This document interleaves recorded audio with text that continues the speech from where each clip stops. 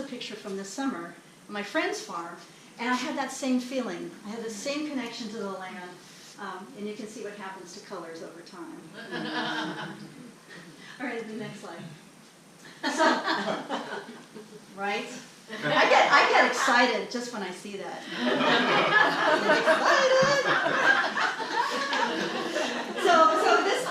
So what, before IKEA, like what was life before IKEA? Does anybody remember when IKEA came into the area? I do. I don't remember when it was, but I remember like it was like, how did we function? Yeah, without it. Oh my God! I had an Allen wrench and nothing to do with My it. whole business was IKEA. This is smart. Well, according to my in-depth research, around the early 90s is when IKEA came around. So let's do the next slide. But before that time, in the early 80s, I bought my first Swedish folk fiddling album. Here it is. And you might wonder, what is a teenager buying a Swedish folk music album? That says a lot about me in those years. I didn't have any rock and roll. I think at that time, I was playing the cello and trying to get straight A's and listening to Swedish folk music. So this is an album that was the first folk music album that was produced for an American audience. And it was with Ole Hjort and Bjorn Stolby. And here's the interesting thing. So I had this album, and I thought it was so haunting, and there was just something so weird about it and cool. I loaned it to a friend of mine. She lost it. Oh! She lost it. Oh! Then I become this like big-time Swedish folk fiddler. And it's like, where is that album? I wonder what tunes were on that album. And about 2 years ago, somebody came and said, hey, I found this album. Do you want it? Oh my God, it's my album! And as I listen to the album, there's a tune that I play. Probably the most bizarre and weird and difficult tune that I play is from this album, so I'm going to play it for you now. And if you can get through this tune, then everything else is a piece of cake. That's weird, okay? I'm going to tune up.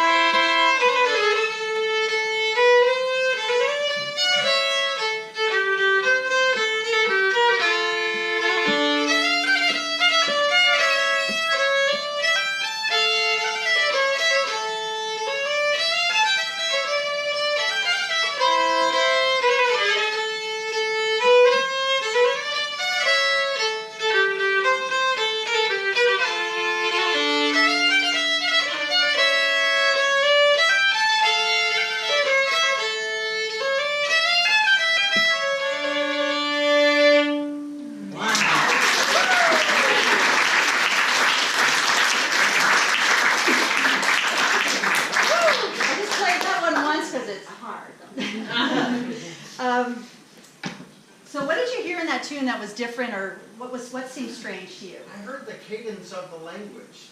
Oh, you did. Interesting. Interesting. And I heard a melancholy, a great melancholy.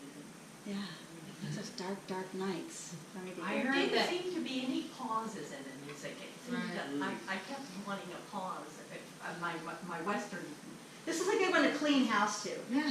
Because you just keep going. There's no pause. Like.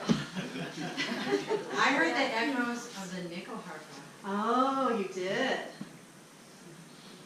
Yes, the nickel harpa. Do you want to share what the nickel harpa is? I'll let. We're actually going to see one. Yeah, no, we'll see a wait. picture. We'll wait, because it's a surprise. There's a little Johan's. Linda. There's such a really wonderful, robust energy in the whole thing. The way it, yes, depth, but at the same time it's really warm. Right, and so a lot of Swedish folk music has a lot of ornaments. So you probably saw my little fingers going, and it was like sort of major, was sort of in minor. The weirder the tunes, the ones I like the most, because they just have this interesting character. So that was a tune I just played through once. Some of the other tunes I'm going to play through twice because I just like them that much. Okay. So Dominique, let's do the next one. All right, so right around the time that I was getting this folk music, I was experimenting in some other musical forms. I don't know if you knew this about me. It's the 80s. It's the 80s, don't judge me! Don't judge me! And I was also in a Scottish bagpipe band for a while. Because when I put that kilt on, it was like I had worn it before. I have no Scottish heritage, but that's maybe the next show. Exploring my non-Scottish heritage. To the next slide. So, in that picture, if you remember with me sitting with my mom with all the Swedish regalia, I got my first CD. This is where like moving along in technology.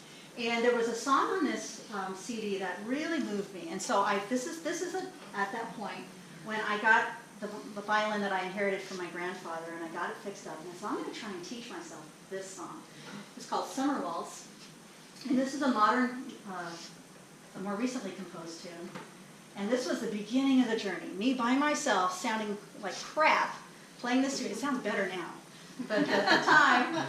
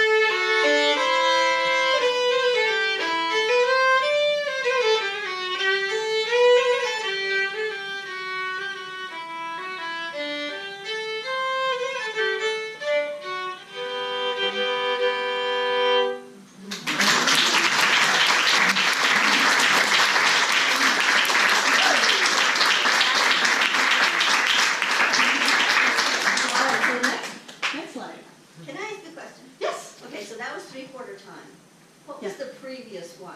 What kind of time? that was also three-quarter time. It was? It was. It was fast. It was fast, okay. So this is the story. This is where it gets like I get sucked in to the Swedish folk music.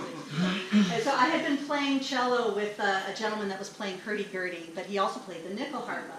And I said, "Oh, hey, I'm doing a little fiddling." And he goes, "I got some people I'm going to connect you up with." So he sent an email, and they invited me to this workshop, and it blew my mind.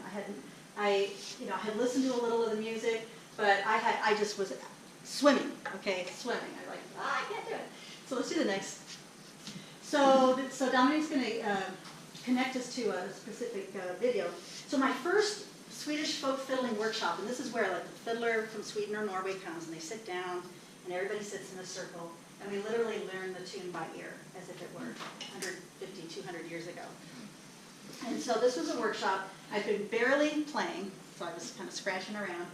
And this was a workshop with this fiddler, Mats Berglund, and he taught a tune which is for a dance called a halling. And I was thinking of you, Gordon, because this is a very athletic masculine dance called the halling. And so I wanted to show a little bit of this, and then I'll be playing some.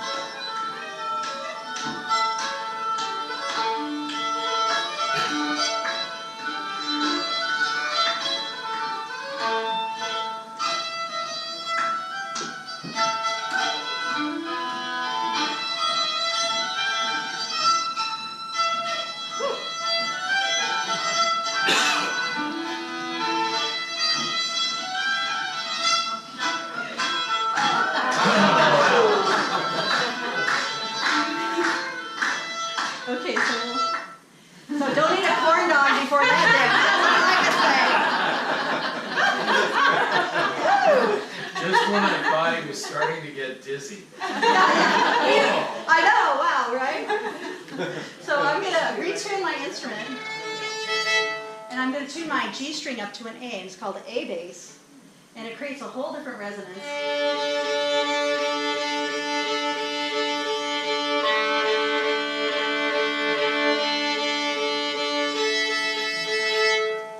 All right, so when I went to this workshop, I learned this tune, eventually got it, but I actually cried in my car after the first workshop because people could hear little sections of it and they would like copy it. And I'm like, I have no idea what I just heard. It's so weird. It's like Klingon. It's like the Klingon. But I don't know. It just didn't make any sense.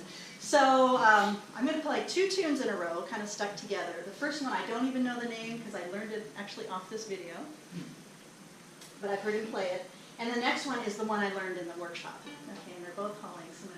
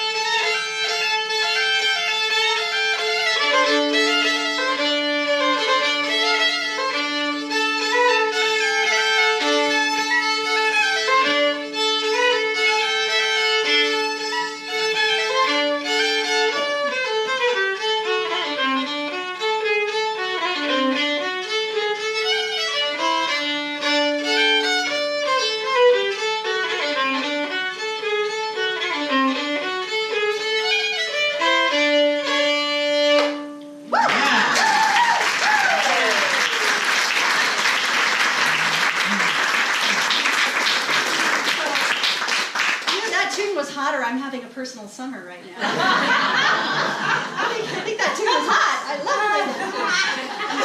Okay, so let's go to the next. So I wanted to just share a little bit about this community of people that took me in. So I started going to workshops and playing at dances. And so these are people that trained me and honed my skills.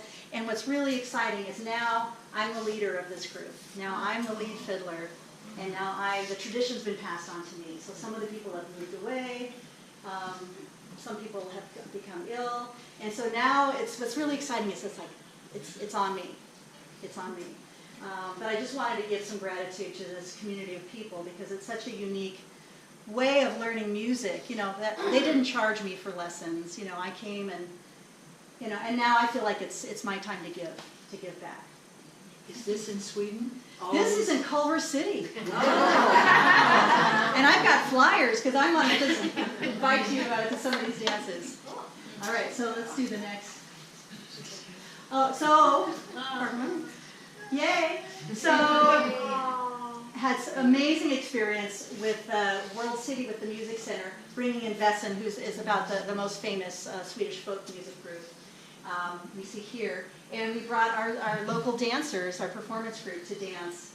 And then there I am. Oh, is that recognized? This is so slimming, isn't it? I know. See, this is when you just don't care. You know, like, here it is. You know those things that say as seen on TV? I feel like as seen from space. So this is a really, really special moment, and I just wanted to say, what it meant for our community to do this and to share the Swedish folk culture. And I totally got to hang out with my idol, Ola. This is Ola Johansson, and that's the nyckelharpa right there. And it's an ancient Swedish instrument. It's a keyed fiddle that has the sympathetic strings that run underneath. Very difficult to tune, very difficult to play. So let's do the They next. they haven't been back to the US since that. It's time. It's time, California. Be back. All right, next slide. And so what I wanted to share a little bit is about what it's like to fiddle for dancing. And so we have these monthly dances in Culver City, and Inez, I dragged Inez to one. It was super fun. And it's funny, I'm showing pictures where there's not much action. It looks a little bit like, remember in The Grinch Stole Christmas? It's a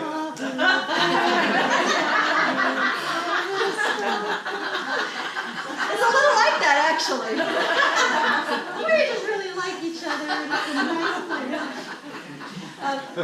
So playing for a concert is one thing, but when I'm playing for dancing, each tempo and each tune is very, very specific. So a lot of these folks have studied, like while I've studied with the fiddlers that have come, they've studied from dancers that have come. And so a lot of times these dances don't exist without people dancing them. So like they'll shoot some video, they'll try to capture it. So if I'm a little loose with the tempos, I'm a little, like living it up, I get stink eyes, and it probably could cause injury on some people if I do it too fast. I'm not kidding. But it's such a special community, and I just wanted a little shout out that, as people are getting older and younger people aren't getting into this, that this is really becoming kind of an endangered species. So I'm really trying to get the word out to try to bring people in and just keep this going, because this is like on a Saturday night when you come